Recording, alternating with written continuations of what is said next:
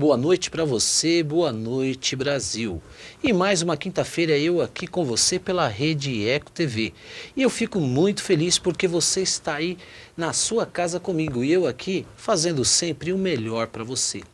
Nesta noite, antes de falarmos, aliás, do tema e do meu convidado também, desta quinta-feira, eu quero fazer uma pequena crítica para chamar a atenção das nossas autoridades municipais aqui da região. Eu tenho observado e tenho andado pelas ruas e verificado que os carros estão estacionando em cima das calçadas. Como funciona isso? Os carros estão tendo acesso para estacionar em determinados pontos comerciais. E isso tem prejudicado muito o pedestre, em especial nas farmácias do nosso município e também das nossas cidades aqui do ABC. Isso é muito prejudicial e perigoso. Pode uma pessoa ser atropelada, um motorista dando ré neste veículo. E por que eu digo isso? Porque isso é competência de fiscalização das nossas autoridades municipais. O nosso Código de Trânsito Nacional, no artigo 68, ele define com clareza que a calçada, ela pertence para passeio, para travessia e garantia do pedestre. E hoje não ocorre isso. Outro dia eu observava uma senhora quase foi atropelada quando o motorista, dando uma ré no seu veículo de forma bem devagar, ele pegou aquele chamado ponto cego, quando está dando ré, ele não viu a senhora. Então isso depende exatamente da fiscalização e competência do poder municipal.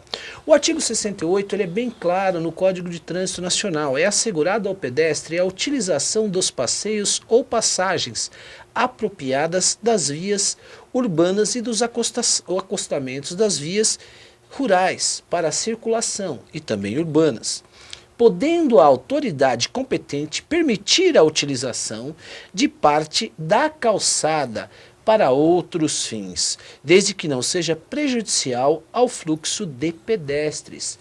Então nós temos que observar exatamente o que está ocorrendo, porque em primeiro lugar vem o ser humano, vem o pedestre, ele tem que ter essa garantia. E eu digo novamente, em especial nas grandes redes de farmácia, isso tem causado um tumulto muito grande aqui na região do ABC. O parágrafo 6º da lei é bem claro: onde houver obstrução da calçada ou da passagem para pedestre, o órgão ou entidade ou circunscrição sobre a via deverá assegurar a devida sinalização e proteção para a circulação do pedestre. Ora, nós temos que realmente observar, chamar a atenção, mais uma vez eu digo, dos nossos vereadores municipais, também da administração pública, para a garantia de cada munícipe e cidadão aqui no Grande ABC. Eu quero a sua opinião, porque todas as quintas-feiras eu vou fazer uma observação, críticas construtivas, para ajudar juntos a construir verdadeiramente uma democracia de verdade. Fale comigo pelo fale@drcristiano.com.br. E vamos agora ao tema desta noite. O tema desta noite nós vamos falar sobre direito condominial. Com a década de 90 nós tivemos um grande crescimento. O espaço geográfico de toda a região, e eu digo de todo o nosso São Paulo, o Grande São Paulo, realmente não existe mais espaço geográfico e houve o crescimento de edifícios, houve o crescimento da moradia vertical. Hoje nós vamos falar sobre o que é um condomínio. Você sabe o que é um condomínio? O que é a fração de um condomínio? Nós vamos discutir sobre o síndico de um condomínio. O síndico ele tem direito a receber salário? Aliás, o síndico tem que ser morador do prédio? Quais os direitos destes moradores? Pode ser afixado o devedor que mora neste condomínio, no caso dele estar devendo ali o condomínio, será fixado o nome dele numa lista de devedores no prédio? O que é uma assembleia? O que é uma lei orgânica ou, digamos, as leis internas que realmente pode e não pode, todas estas questões. Mas para falar a respeito disso, e também questões de garagem, eu estava até me esquecendo. Muitas vezes você pode alugar a sua garagem do seu prédio para uma terceira pessoa que não seja morador do prédio. Como funciona a vaga das garagens? Isso tem que ser feito um sorteio quando você já não comprou o prédio na planta e escolheu a sua própria garagem, o local destinado para isso? E o IPTU? Se cobra IPTU separado desta garagem, desse espaço também? Tudo isso nós vamos conversar hoje com um expert no assunto. Está aqui comigo hoje no meu programa Cristiano para você e eu tenho a honra de recebê-lo, o eminente advogado Dr. José Luiz Ribas Júnior. Ele é tesoureiro aqui da nossa Ordem dos Advogados de Santo André. A formação dele, ele é pós-graduado em Direito Civil e Direito Processual Civil. Ele é mestrando em Direitos Difusos e Coletivos pela Universidade Metropolitana de Santos. Então, nesta noite, vocês vão bater um papo comigo e com ele. Boa noite, doutor. Boa noite. Obrigado pela sua presença no meu programa. Imagina, boa noite, Cristiano. É um prazer estar aqui. Eu fico muito agradecido com esse convite e espero hoje poder esclarecer algumas dúvidas ao seu telespectador para que possa amanhã ele chegar no seu condomínio e ter mais clareza nas decisões e nas participações que ele tem que fazer. É isso que nós pretendemos aqui hoje e espero poder colaborar com tudo isso. Doutor, antes de nós entrarmos no tema, eu fiz a minha chamada e eu fiz aqui uma observação. Eu queria saber da sua opinião também, como advogado, em relação a essa questão das calçadas públicas, que nós verificamos que realmente corre um risco o pedestre, né? E eu queria saber da sua opinião, até importante, porque o nosso programa é democrático também. Eu queria ouvi-lo, né? Qual a sua opinião? Com certeza. Na verdade, você precisa ter aqui, não só na nossa cidade, mas em toda a nossa região, que as leis sejam cumpridas. E para que isso aconteça, você tem que ter as fiscalizações, coisa que nós vemos que por muitas vezes não ocorrem. É realmente um perigo. Você passa na frente, principalmente de farmácias, nós temos aqui perto na Redondeza algumas farmácias, grandes farmácias, que os carros ficam estacionados na calçada.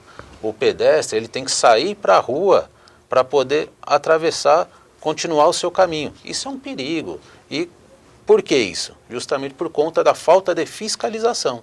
É isso que tem que acontecer. Se a lei está ali, ela tem que ser seguida por todos. Não é para uns e para outros não, e sim para todos. Então, a fiscalização tem que ser efetiva.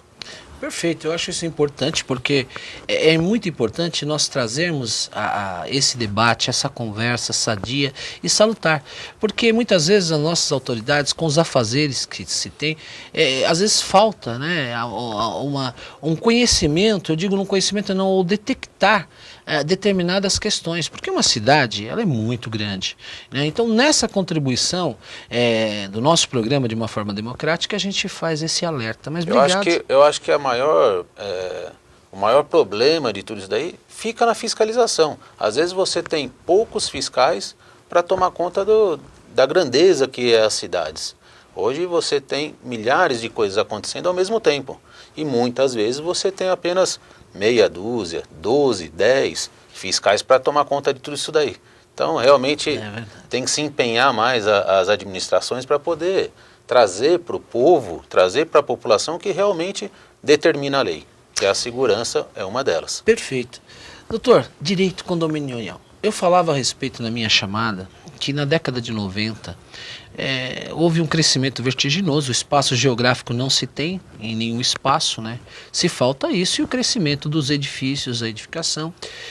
E hoje o que ocorre? Muitas vezes as pessoas estão se casando, vão comprar um apartamento na planta e precisa entender um pouco toda essa dinâmica da lei, da complexidade. O que é condomínio?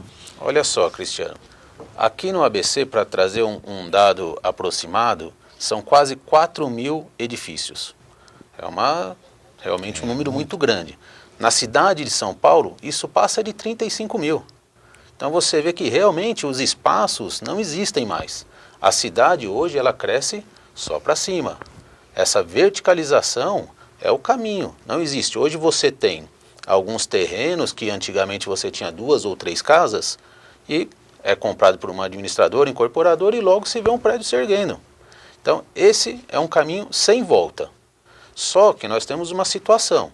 Muitas pessoas ainda não sabem viver em condomínio, que é difícil. Sim. Ela, como você disse, a maioria vai casar, vai começar uma nova vida, nunca morou em condomínio. Está saindo de uma residência. Está saindo de uma residência. Então ela tem os benefícios de morar em um condomínio, mas também tem o ônus de morar num condomínio. E as obrigações. Claro, você tem lá todo um convívio, você tem que seguir um regulamento. Então é uma coisa um pouco delicada, dependendo da situação que você vê a pessoa que vai para lá. Viver em condomínio é viver em harmonia, é ter bom senso, e nem sempre as pessoas têm. Então você vê, para constituir um condomínio, a empresa incorporadora, a construtora, ela tem que, primeiramente, ela tem que solicitar os alvarás para a construção, para a obra. Tudo isso daí demanda um tempo. Ela tem que fazer o registro da minuta da convenção coletiva no registro de imóveis para poder dar o andamento. Só depois que existe isso daí, que ela fizer a incorporação, é que ela pode começar a negociar os imóveis. E aí que começa toda a dúvida, todo esse trâmite que vai ser até a entrega das chaves. E aí passa por diversas coisas. Por exemplo, quando estiver chegando perto da entrega das chaves, é feito a constituição do condomínio através de uma assembleia.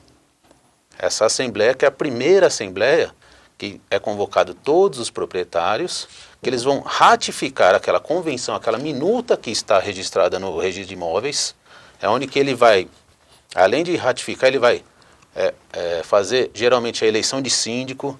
Geralmente já se faz ali a contratação de uma administradora que vai auxiliar esse síndico, faz a eleição dos conselhos. Entendi. Então é uma coisa muito nova para muita gente. Então tem que ser bem elaborado e bem cuidado para sair tudo corretamente. Então, cada condômino, que ele tem uma fração que é a parte que ele adquire, não é verdade? Desse condomínio, que é a formação desses moradores, existe essa assembleia que é realizada pelos próprios condôminos, né? Sim.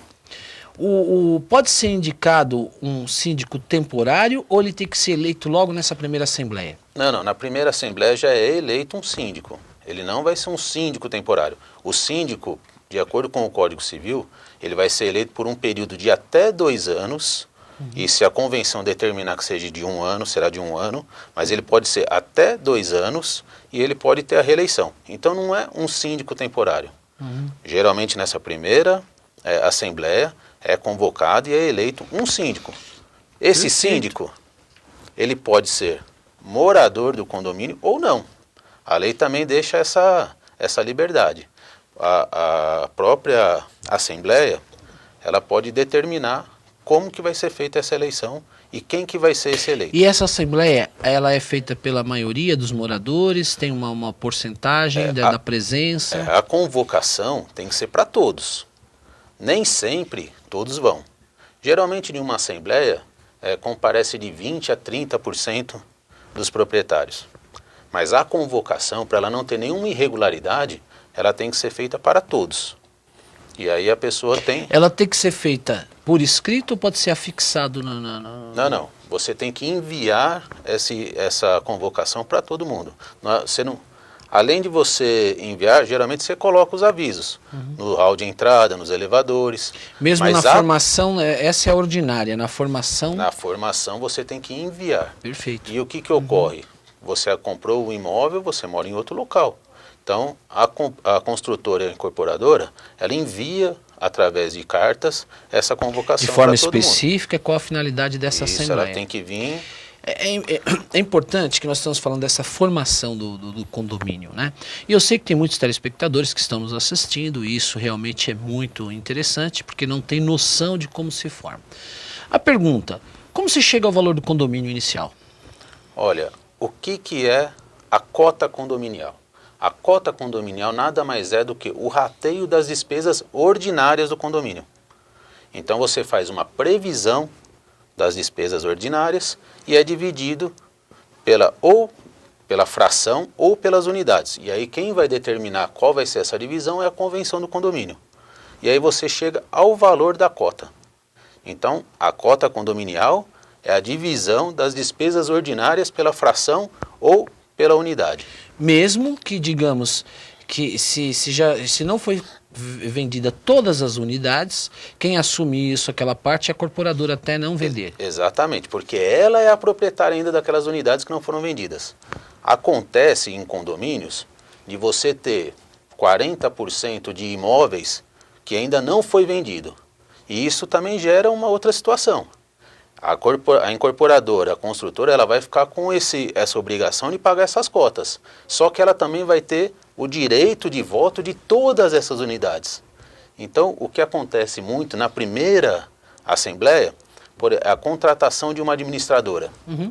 Se a própria construtora ela tem 40%, 50% ainda das unidades, vai ficar fácil dela indicar a construtora que ela quer. Doutor, o que a gente ouve muito na prática, né, é a respeito de que um prédio que tem uma torre apenas, um condomínio ele é muito mais oneroso do que um prédio que tem 2 torres. Quanto que isso é existente na prática ou isso é apenas o que foi se propagado e não é uma realidade de que se diz que uma torre ela é mais onerosa em termos de difração, desses rateios? Não, não é mais Não é. onerosa, não. Praticamente a despesa do condomínio, a maior parte dela é de pessoal. São os funcionários ou terceirizado. Come mais ou menos uns 49% de todo o rateio. Perfeito. Então, não é porque tem uma torre ou 2 torres que vai mudar essa figura. O que vai mudar isso daí? Às vezes você tem um condomínio com 2, 3 torres, mas também que tem 2, 3 portarias. Então, demanda mais funcionários, demanda mais energia, demanda mais consumo de água, demanda mais manutenção e elevador, que são as partes são mais caras de todo esse rateio. Então, se você às vezes tem um condomínio, mas que tenha lá uma única portaria, e uma situação bem tranquila com poucos funcionários, apenas aqueles que realmente são necessários, você consegue ter ainda uma cota condominial um pouco mais baixa. Perfeito. Nós estamos conversando aqui com o Dr. José Luiz Ribas Júnior. Nós estamos falando sobre direito condominial. Eu quero a sua participação no fale@doutorcristiano.com.br. Nós vamos responder também um pós-programa e também durante o programa eu recebo o seu e-mail e falo com você e o doutor também responde. Antes de nós darmos continuidade neste bate-papo muito interessante, eu quero observar que hoje é o Dia Mundial do Doador de Sangue. É muito importante você doar um sangue. Você muitas vezes vá a um banco de sangue, faça a doação, porque você estará salvando uma vida. Então, parabéns a todos os doadores de sangue neste dia. E também parabéns aos pastores. Hoje é considerado o Dia do Pastor, que desenvolve sua atividade eclesiástica de uma forma competente, com muita fé. Desejo a todos saúde, paz e alegria. Doutor, nós falamos do síndico, né? O síndico, hoje ele é uma profissão reconhecida? Sim, ou não? Sim. Sim. E ele não precisa ser um morador do prédio para ser um síndico? Não, o síndico ele não necessariamente tem que ser morador do condomínio. O Código Civil estabeleceu que tem que existir um síndico que ele pode ou não ser morador. Inclusive pode ser essa pessoa profissional, contratada para isso. Então a convenção e a assembleia vai decidir de que forma que o condomínio vai ser gerido. Então, decidiu-se que vai ser eleito um síndico. Então, eles podem eleger um síndico morador ou até mesmo de fora. Ou decidiu-se que iriam contratar um síndico profissional. Então, é feita uma pesquisa no mercado para contratar esse profissional, como um prestador de serviço mesmo. Então, porque no passado muito se dizia, porque ele convive aqui, ele vive os problemas, ele está olhando lá, ele está durante o dia olhando, tem uma luz que queimou na garagem, ele vai observar acesso de pessoas indevidas. Então, hoje não existe mais essa necessidade na prática, como o senhor disse, a lei. Por que eu faço essa pergunta? Porque para esclarecer realmente os telespectadores, que nem sempre todos têm esse conhecimento dessa questão. Em relação ainda ao síndico, o síndico mesmo morador, ele tem direito de receber um salário? Sim, o síndico ele pode, desde que a convenção assim determine, ele pode receber um salário. Normalmente, ele recebe a isenção da cota condominial dele. Isso, fala nisso. E existe uma situação que poucos condomínios praticam. Todo síndico que recebe salário ou isenção da sua cota condominial, ele tem que pagar um imposto sobre isso. O condomínio tem que fazer também um recolhimento desse imposto. Só que poucos fazem. Então tem que ser recolhido esse imposto. Sim, o síndico, se ele recebe um salário, seria como se fosse um empregado normal. É isso que eu ia falar. E a isenção da cota condominial dele também é um salário que ele recebe. Então, se a cota condominial é R$ 500, ele está deixando de contribuir com aquilo, ele está recebendo aqueles R$ 500 em benefício. Para quê? Para ele poder desenvolver a atividade dele de síndico. Então, o condomínio tem que recolher os tributos em cima disso. Então, em tese, se ele não receber, se for estipulado um salário para o síndico, não houver essa compensação, depois ele pode entrar até com uma reclamação trabalhista contra o condomínio? Não. Se ele é morador de lá... Aí não. Aí não. O síndico profissional também não vai entrar com uma reclamação trabalhista, porque é um contrato de prestação de serviço. Perfeito. Mas a própria Receita pode vir lá e multar o condomínio. Sim. Pela falta de recolhimento dos tributos. Isso é uma coisa preocupante. São poucos os condomínios que fazem isso. É muito interessante isso que o senhor está dizendo. A respeito ainda, nós temos a lei do condomínio, vigente, né, com regulamentação no Código Civil de 2002. Existe o regimento interno. O regimento interno também se define condutas, regras e normas também para aqueles moradores daquele local. Sim, para se viver em harmonia, né? E esse regimento interno também é decidido em assembleia? E não é padrão para todos os prédios? Não, não é padrão. Aí o regimento interno, ele busca justamente ter as especificações de cada condomínio. Geralmente, quando o regimento interno ele já vem incorporado na própria convenção. Então, quando a incorporadora faz esse registro da minuta no registro de imóveis, geralmente já está embutido lá dentro o regimento interno, que na primeira assembleia é ratificado. Então ele passa a ter valor perante todo mundo. Quem quiser alterar o regimento interno através da convenção do condomínio, tem que se chamar uma assembleia específica para isso e ter a votação de 2/3 dos condôminos, ou seja, 2/3 de todos os condôminos do edifício. Tá. Estamos ainda na questão do síndico. Destituição de um síndico. A Assembleia é soberana para isso? Sim, a Assembleia é soberana, só que tem que tomar alguns cuidados também. Essa é uma parte um pouco delicada, porque o próprio Código Civil, ele não deu um rol exemplificativo, um rol taxativo, ele só deu o rol exemplificativo, porque ele diz o seguinte, que o síndico ele pode ser destituído, por exemplo, se ele tiver com uma má administração. Mas o que é uma má administração? Para ele pode estar correto, para outro não. Então, essa prova da má administração é que vai fazer realmente com que seja legal essa destituição ou não. Você simplesmente não pode querer destituir o síndico porque não gosta dele. Isso não pode existir. Mas se ele realmente está tendo uma má administração, aí você vai poder, através da Assembleia, convocada especificadamente para essa finalidade, e aí ela pode ser convocada por 1/4 dos condôminos, e a convocação tem que ir para todos os condôminos, devidamente registrado, não pode faltar para ninguém. Cartório, via cartório. E aí, na Assembleia, colocados os argumentos, vai colocar em votação. A votação para isso é maioria simples dos que estão presentes na Assembleia. Muito bom. O Conselho Fiscal ele exerce fiscalização também sobre o síndico? Sim, é justo. Essa é a principal função dele. Às vezes as pessoas acham que o Conselho Fiscal está lá para ajudar o síndico. Não é passar a mão no que o síndico está fazendo. Está lá para ajudar fiscalizando. O Conselho Fiscal tem que mostrar para o síndico onde estão os pontos errados. Essa é a função dele. E tentar corrigir e alertar o síndico se alguma coisa não está correta. E se o síndico ainda assim insistir na situação que está errada, aí o conselho ele pode passar para os moradores essa situação e inclusive exigir que seja feita essas retificações. Muito bom.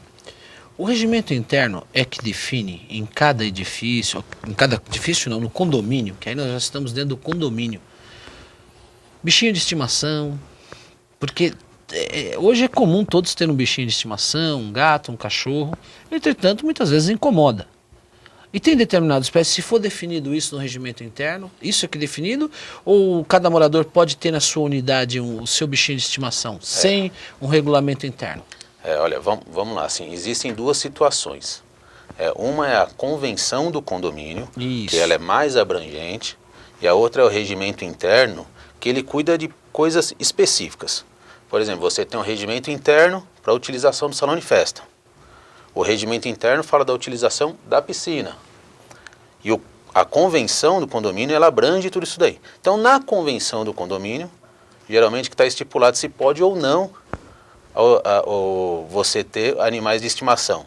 Mas é uma discussão longa. Longa, né? Longa. Muitos entendem que mesmo estando proibido na convenção do condomínio, a pessoa pode ter um animal de estimação em casa, desde que esse animal de estimação não atrapalhe os outros moradores. Perfeito. Doutor, eu vou chamar um pequeno break para nós e daqui a pouco nós já voltamos. Ok. Eu quero você aí comigo, não saia. Eu vou chamar um pequeno break e você já volta comigo. Te aguardo.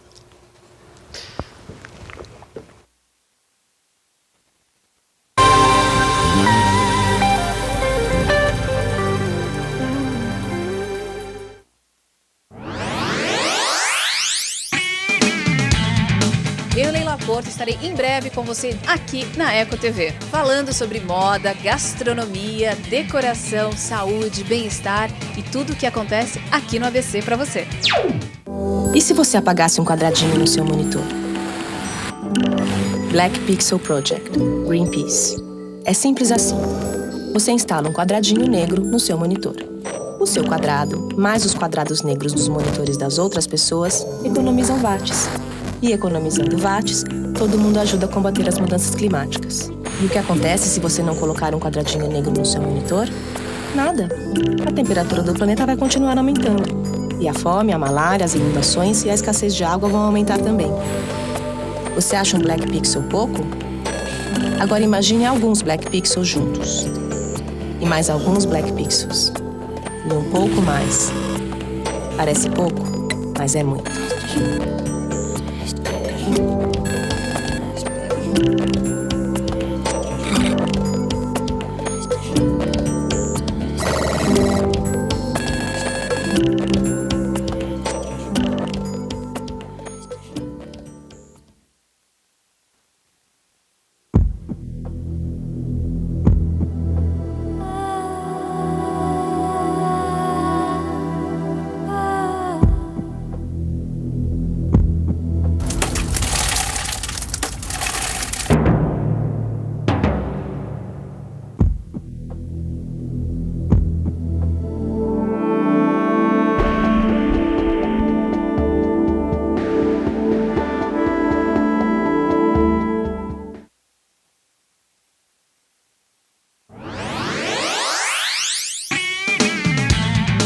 Eu, Leila Porto, estarei em breve com você aqui na Eco TV, falando sobre moda, gastronomia, decoração, saúde, bem-estar e tudo o que acontece aqui no ABC para você.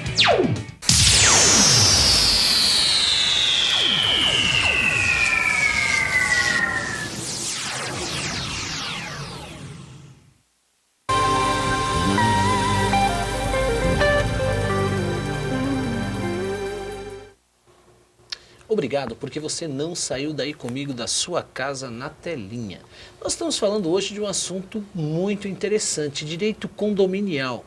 E você tem as suas dúvidas, eu quero que você fale comigo no fale@doutorcristiano.com.br. Você pode passar aqui ou enviar o seu e-mail, porque depois nós vamos estar fazendo também um pós-programa e respondendo as suas perguntas. Vou repassar as suas perguntas para o Dr. Ribas, que está aqui comigo hoje. Dr. Ribas, ele é advogado especializado em direito de condomínio, também tesoureiro aqui da Ordem dos Advogados da cidade de Santo André. Eu quero aproveitar esta oportunidade e mandar um grande abraço ao Dr. Fábio Picarelli, o nosso presidente da Ordem aqui da cidade de Santo André, e também a toda a diretoria. Parabenizar, como sempre faço, pelo trabalho que vem sendo desenvolvido. Dr. Ribas, nós estamos falando do bichinho de estimação. Nós sabemos que existe até decisões já, né, da própria justiça, mesmo que exista aí uma norma proibindo definitivamente, porque é um sentimento, a pessoa às vezes quer um gatinho, quer um papagaio, quer um cachorrinho. Fala um pouco disso. Pode então ter? Pode sim, desde que não atrapalhe o convívio, não atrapalhe os outros moradores. Entendi. Então, hoje em dia é uma coisa natural você ter um bicho de estimação. As pessoas vivem na correria do dia a dia e quando chega em casa, às vezes tem naquele bichinho de estimação um ente querido que vai tirar todo aquele estresse, aquela ansiedade do dia a dia. É verdade. Então, é uma coisa normal hoje. Todo mundo tem e está crescendo muito essa situação. E mesmo se a convenção do condomínio proibir ter animais dentro do apartamento, e ela pode ser não ter essa validade. Por quê? Porque a justiça vem determinando de que se não houver nada que atrapalhe os outros condôminos, não tem o porquê de proibir. Perfeito, muito bom. Doutor, o inquilino, vamos falar assim, é o mais conhecido que é a expressão, né? O proprietário faz a locação dessa unidade. O que esse locatário deve pagar neste condomínio? Porque muitas vezes se cobra muita coisa indevida desse inquilino, não é verdade? Claro. O inquilino ele tem uma particularidade. Salvo o que está disposto no contrato dele, que aí se estiver englobado que ele irá pagar tudo, toda a cota condominial, o inquilino o que ele paga? Apenas a parte que é das cotas, das contas ordinárias. As contas extraordinárias ficam a cargo do proprietário. Só que o que ocorre? Se você não tiver nenhum dispositivo no seu contrato de locação, você deveria seguir isso daí. Só que as imobiliárias já mandam para o locatário esse preço, esse valor da cota, inclusive já englobado dentro do aluguel. Então ele acaba pagando sem nem saber. Por exemplo, você tem lá o rateio da despesa ordinária. Interessante. Então, esse mês a despesa ordinária deu R$400 para cada um. Só que foi instituído que vai ser feito um rateio para pintura do prédio ou para instalar algo novo, que é uma coisa extraordinária. Ele não deveria pagar isso aí. Então deveria ser enviado um boleto dos R$400 para o inquilino e um boleto, por exemplo, se for de R$50 ou R$100 para o proprietário. Que aí cada um tem que pagar a sua parte. Isso é interessante. É interessante porque muitos acabam pagando o condomínio fechado na sua totalidade, quando essa era a obrigação de quem? Daquele que tem o bem, o imóvel, né? Que é o titular do bem. Doutor, nós temos uma participação aqui já de uma telespectadora que acabou de passar um e-mail. É a Márcia Nonato. Márcia, um grande abraço para você, obrigado pela sua participação no meu programa Cristiano para você. Ela acabou de mandar agora um e-mail, fale@doutorcristiano.com.br. Ela diz, Doutor Cristiano, gostaria de saber se como condômino eu posso fiscalizar os contratos feitos pelo síndico e parabeniza pelo programa. Desculpa, é a Marise de São Caetano do Sul. Olha só, Marise, você pode pedir para o seu síndico que ele participe todos desses contratos. O ideal é que isso ocorra sempre. Para o condomínio ter uma vida mais tranquila, todos os síndicos deveriam fazer isso. Então, nós vamos contratar uma empresa terceirizada, nós vamos contratar uma empresa que vai fazer a pintura no edifício. Olha, vamos chamar os moradores, todos os condôminos, quem quiser trazer orçamentos, que traga. Vamos expor isso daí para todo mundo para ficar uma coisa transparente. Perfeito. Essa é a melhor forma de você ter todos os condôminos junto com o síndico e você poder ficar uma administração transparente. Sim, você pode pedir para verificar esses contratos e até para ver se não existe nada por debaixo dos panos. Isso é um direito do condômino? Claro, ele pode exigir. Ele está pagando. Isso é feito por escrito ou pode ser solicitado? Não, geralmente, o correto seria você fazer isso daí por escrito, faz um protocolo, pede alguns dias, ele tira uma cópia e entrega para você analisar. Não tem problema. Muito bom. Muito interessante. Marise de São Caetano, um grande abraço, obrigado pela sua participação, por você estar comigo no meu programa Cristiano para você. Doutor, devedor de condomínio. Nós sabemos que é uma realidade, todos encontram muitas vezes dificuldade. Com a multa, ainda tem gente cobrando 10%, 15%, até 20%, né? Qual a realidade e valor específico dessa multa? E dentro desse contexto, a outra pergunta que eu faço, era muito comum ainda determinados condomínios afixar o nome do devedor, isso pode? Olha, então vamos lá por partes, né? Com relação à multa, depois da entrada em vigor do Código Civil de 2002, a multa foi reduzida para 2%. Antes, ela poderia chegar até 20%, e com o novo Código Civil, ela foi reduzida para 2%. Então, os condomínios não podem cobrar mais do que isso, a partir da entrada em vigor do Código Civil de 2002. Se você está cobrando uma cota condominial, que é antes de 2002, ela pode ser cobrada o valor da multa que está na convenção do condomínio. Então, se for até 20%, se for 20%, você pode cobrar. Depois da entrada em vigor, passa a 2%. Não pode ser diferente disso. Não pode, é 2%. Não pode ser diferente disso, 2%. Tá, e se houver alguma irregularidade nisso, o procedimento é discutir-se em juízo, judicialmente, se você entra com um processo e o condomínio está cobrando um valor maior dessa multa, geralmente na sentença do juiz, ele já faz essa redução. Porque ele já verifica. Qual é o procedimento? Ele deposita o valor em juízo, vai fazer esse trabalho em juízo e para o condomínio ser citado? Sim, se ele quiser fazer, ele pode fazer uma consignação em pagamento, e aí o condomínio vai ser citado e vai receber exatamente o valor que a lei determina. Agora, tem uma situação que são poucos condomínios que também utilizam, que é a correção. Você tem a multa, a correção monetária e os juros.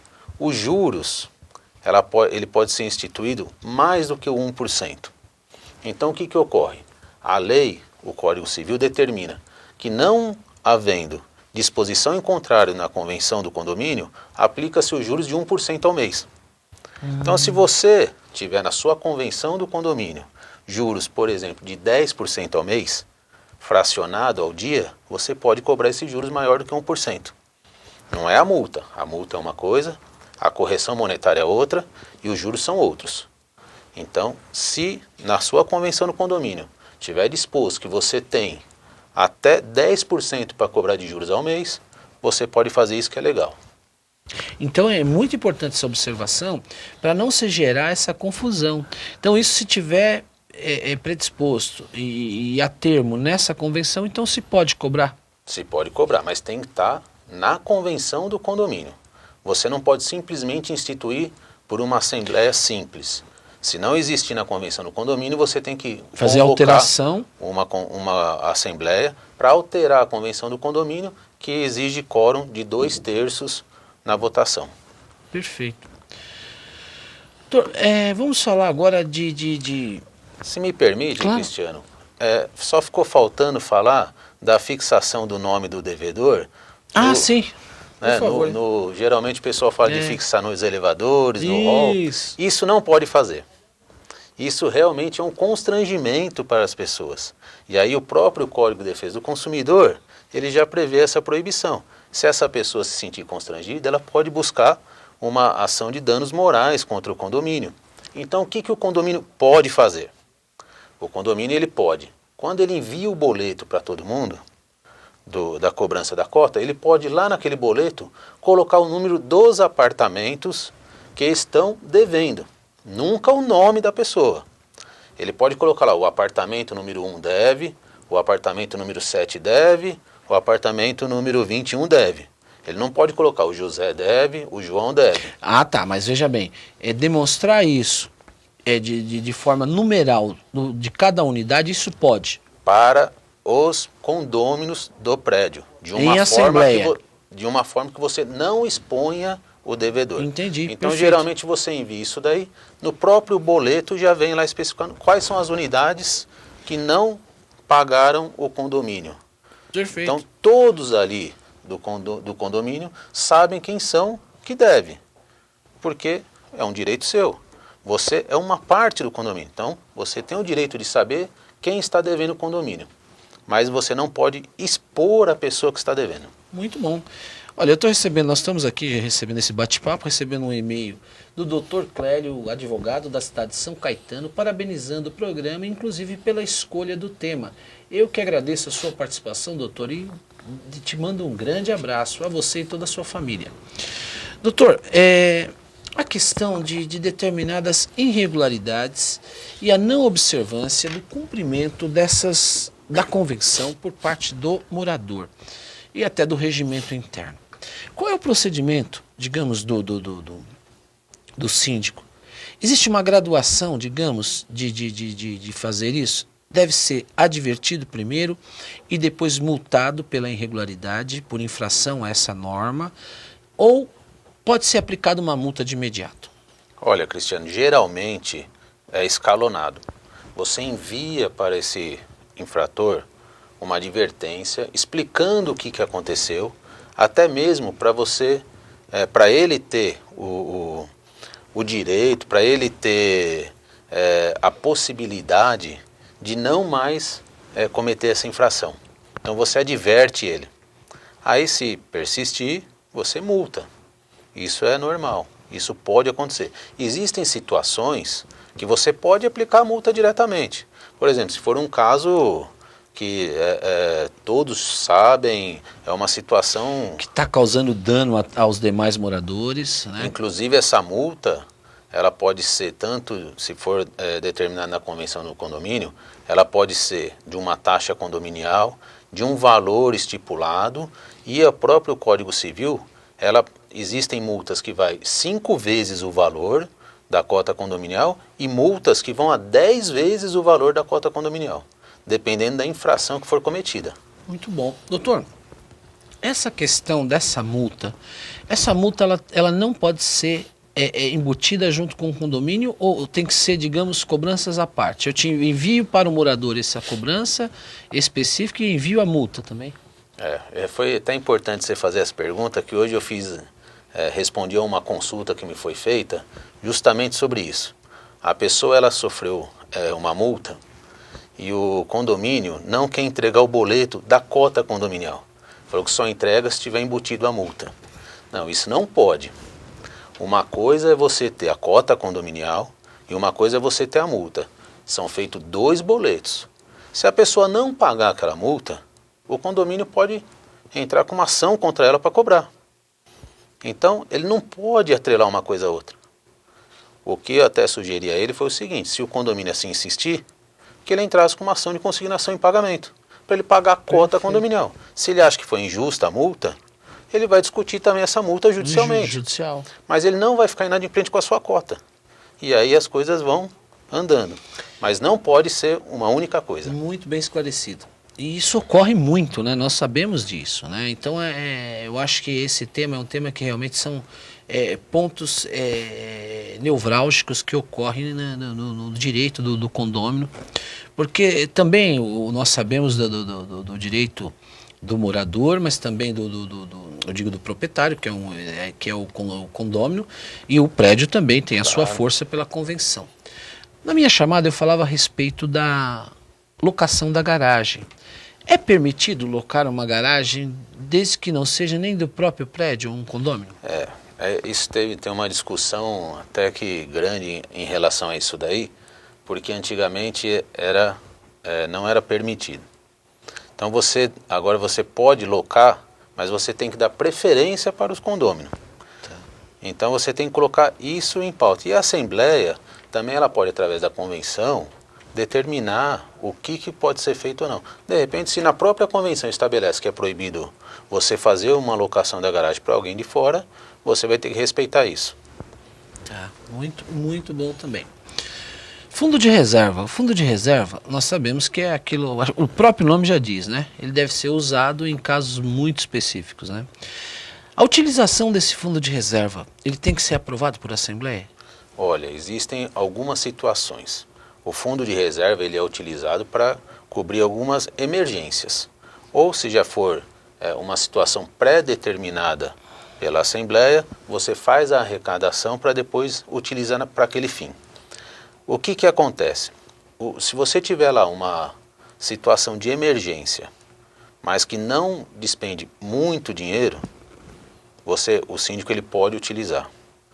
Se for uma situação de emergência e que despender de muito dinheiro, o síndico também pode utilizar. Só que ele tem que convocar uma assembleia para informar o porquê dessa utilização. Ah, tá. Ele tem que informar porque foi um valor excessivo. Agora, se for uma pequena monta, ele pode utilizar sem convocar uma assembleia. Perfeito. O que ocorre, às vezes, é que os condomínios, eles não têm uma organização e não conseguem fazer uma previsão orçamentária correta e acabam utilizando fundo de reserva para cobrir despesas ordinárias. Entendi. E isso daí é um pouco complicado, porque você tem que depois repor esse fundo de reserva. Entendi. Doutor, vamos a mais uma participação aqui de um telespectador. Um grande abraço para você, aqui é o Rogério Cabreira. Boa noite para você, obrigado pela sua participação. Ele pergunta, gostaria de saber se a construtora, tendo no prédio 51% dos apartamentos ainda não vendidos, ela tem o direito em vetar, ou seja, ir contra os interesses dos proprietários já moradores. Obrigado, um grande abraço. Mandando um abraço para o senhor também. Bom, Cristiano, eu também gostaria de mandar um abraço para o Rogério Cabreira, é um amigo meu de longa data. Que maravilha! Né, trabalhamos juntos há uns 15 anos atrás. Né, então, Rogério, um grande abraço. E muito boa essa sua pergunta, que a construtora ou a incorporadora, ela tendo mais da metade dos votos de direito a voto, ela geralmente pode impor algumas coisas. Se ela colocar para a Assembleia uma situação que não seja contrária à lei e que não seja contrária à convenção do condomínio, com certeza ela vai ganhar na votação. Ela tem mais da metade. Sim. Se for algo que exige um quórum maior do que essa metade, aí você já começa a ter alguma dificuldade. Por exemplo, se for para mudar a convenção, 2/3. Então ela não teria esses 2/3. Se for para mudar a fachada do condomínio, é unanimidade. Ela não tem essa unanimidade. Agora, se for votações simples, com certeza ela vai ganhar. Então, vamos falar um pouco dessa mudança de fachada do prédio. É muito interessante e discutível. Hoje, todos os prédios que estão vindo com sacadas, né? Nós sabemos isso. E muitas vezes as pessoas colocam determinadas coisas, até plantas, samambaias, lá na sua sacada, não é? E isso muitas vezes o próprio síndico ou os moradores reclamam para o síndico, isso gera uma discussão. Isso pode? Olha, a sacada, ela também faz parte do seu apartamento. Então, se você não tiver atrapalhando os outros condôminos, você não estiver mudando a fachada do edifício, não tem o porquê de você não ter uma planta lá. Hoje em dia nós temos aquelas varandas gourmet, que a pessoa coloca sofá, televisão, né, tem a churrasqueira, é um pouco diferente. É a mesma coisa com o envidraçamento. A própria convenção, ela já determina, fala, olha, o envidraçamento é permitido. Você só tem que ter um padrão, que geralmente isso é utilizado para não ficar uma coisa desuniforme. Mas o que ocorre? Se você tiver lá um excesso, algo que realmente atrapalhe os outros, e inclusive a fachada, a harmonia da fachada do seu edifício, o síndico pode tomar algumas atitudes sim. Não é também você ter lá e pendurar roupa na sacada, para fora na fachada. Aí tem que ter um certo cuidado, que aí o síndico sim pode intervir. Certo. Doutor, a respeito ainda dessa questão do não pagamento do condomínio. O pagamento do condomínio, nós sabemos que é uma moradia, que todos moram lá, e se realmente isso não ocorre, ali honrar o pagamento, vai faltar dinheiro para pagar o trabalhador, aquele que está lá cuidando da jardinagem, ele está cuidando como ali o porteiro. Vamos imaginar o uso coletivo de uma quadra, por exemplo. existe um condômino que deve. E aí, de repente, o filho dele é proibido de entrar na quadra para jogar o futebol. Isso pode? Não, isso não pode.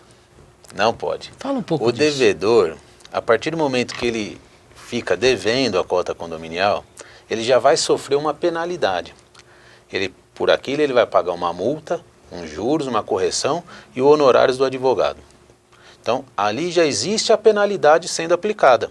Então, você não pode aplicar uma segunda penalidade. Você não pode proibir ele de ir na quadra, você não pode proibir ele de ir na piscina. Só uma parte, então. O uso da churrasqueira, por exemplo. Muitos condomínios eles fazem assim. O cara está devendo um condomínio e aí é o aniversário da filha dele de 15 anos. E aí não, olha, a própria administradora falou assim, olha, tem que pagar o condomínio para ter uso. Fala um pouco disso que está dentro desse contexto também, não tá? É a mesma, está dentro desse contexto. Existem algumas coisas que aí é prevista em convenção. E aí você pode ter discussões. Que aí, por exemplo, o uso do salão de festa. Você vai, na convenção fala que só pode utilizar e alugar o salão de festa aquele que estiver adimplente. Então ali você consegue ainda segurar a utilização por esse devedor.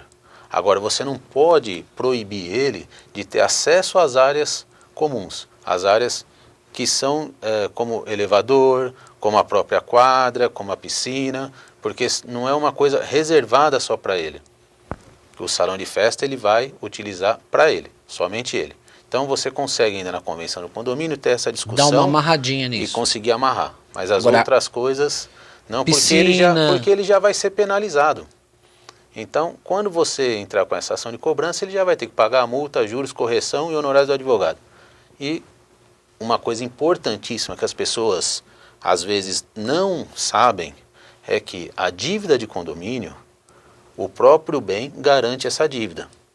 Então, se você tem lá o condômino que está devedor, você entra com a ação, e ele fala, não, estou tranquilo, é meu único bem, ninguém me tira daqui, tenho filho pequeno. Não é verdade. É bom esclarecer isso. Não é verdade. Se você estiver devendo, você pode até perder o seu imóvel. Numa dívida de condomínio. Numa dívida de condomínio. Não importa se ele é o único bem ou não. Não importa se você tem filho pequeno ou não. Você pode chegar a perder esse imóvel em asta pública. Ou até mesmo, outra modalidade, que é o juiz conceder para o condomínio o usufruto desse imóvel. Ou seja, retira o condômino do imóvel, o imóvel passa para a responsabilidade do condomínio, ele aluga esse imóvel, para ter os benefícios o rendimento desse aluguel, paga a dívida e aí quando quitar a dívida devolve para o condômino. Isso também ocorre, é muito normal. Muito interessante isso. Então, e a dívida é propter rem, ela acompanha o imóvel. Se você vender o imóvel com dívida, aquele que comprar vai responder pela dívida. Não adianta falar assim, mas não era minha, era do outro proprietário. Não. Então, quando vai comprar uma unidade de um condomínio, tem que fazer o levantamento exatamente. De todas as dívidas. Muito importante isso. Isso é muito interessante, porque é muito comum nós estarmos aí diante dessa situação. A pessoa compra, existe aí uma dívida longa do condomínio e isso compromete, não é verdade? Com certeza. As pessoas às vezes vêm e falam, pô, doutor, mas não é minha. A dívida é lá do fulano que me vendeu. Não, não é. Isso daí não adianta, a dívida é do imóvel, ela é um acessório do principal. Então ela acompanha o apartamento, não importa quem é o dono hoje. Muito interessante. Doutor, nós estamos caminhando para o final do programa, mas ainda eu quero que o senhor responda uma pergunta. Depois eu quero as suas considerações finais já. O rateio, como o senhor disse a respeito do locatário, a pintura de um prédio, ele é o quê? Para fazer essa benfeitoria, manutenção desse prédio e tudo, isso fica realmente responsabilidade do locatário? Só para esclarecer. Olha, o que for despesa ordinária, ele é obrigado a pagar. Então, se for uma manutenção ordinária, ele tem que pagar. Agora, se for alguma coisa extraordinária, aí é do proprietário. Então, só tem que se verificar se a despesa que lá for instituída, ela é ordinária. Por exemplo, você vai fazer uma manutenção no prédio. É uma manutenção normal, é uma despesa ordinária. Ela já vem na previsão orçamentária. Então aí quem paga é o inquilino. Muito bom. Agora, se for algo que for instituir, uma coisa extraordinária, uma coisa diferente, aí quem paga é o proprietário. Por exemplo, você tem lá a quadra. Aí você vai fazer a manutenção dessa quadra, vai pintar ela, vai arrumar. Quem paga é o inquilino, porque é uma despesa ordinária, prevista para isso. Agora você fala assim, vamos fazer alguma coisa diferente aqui, algo extraordinário. Aí quem paga é o proprietário. Perfeito. Doutor, estamos caminhando já para o final, né? Minha técnica já informou do horário aqui. Suas considerações? Cristiano, é um prazer estar aqui. Espero que eu possa ter contribuído para o seu telespectador, para esclarecer as dúvidas. Viver em condomínio não é fácil, é difícil, mas o próprio nome já fala, é difícil. Você tem que ter bom senso para morar em condomínio. E eu queria só fazer em primeira mão, fazer um chamado. Nós na OAB vamos participar da campanha do agasalho. E essa campanha do agasalho vai ser o seu lançamento no próximo dia 21/6, lá na Pizzaria Paineiras, que vai ter a pizza solidária. Das 19 horas até as 23 horas, todos que forem lá e falarem que quer participar da pizza solidária, tudo que for consumido lá na pizzaria, 50% vai ser revertido para a campanha do agasalho. Então, convido todos para participarem no dia 21/6. Doutor, eu que agradeço, foi muito esclarecedora a sua presença aqui. Vamos marcar uma outra oportunidade. De antemão, eu quero agradecer também ao presidente, mais uma vez, doutor Fábio Picarelli, por essa oportunidade. Leve meu abraço a ele e aos demais diretores também da nossa ordem. Eu que agradeço, muito obrigado. Eu quero agradecer você que esteve comigo em mais essa quinta-feira, porque tudo isso só foi possível porque você está aí comigo na sua casa.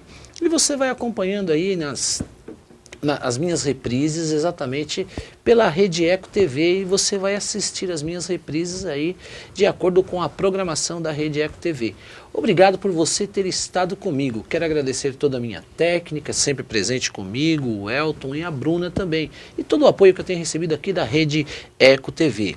Uma boa noite e até a próxima quinta-feira. Te espero aqui no mesmo horário.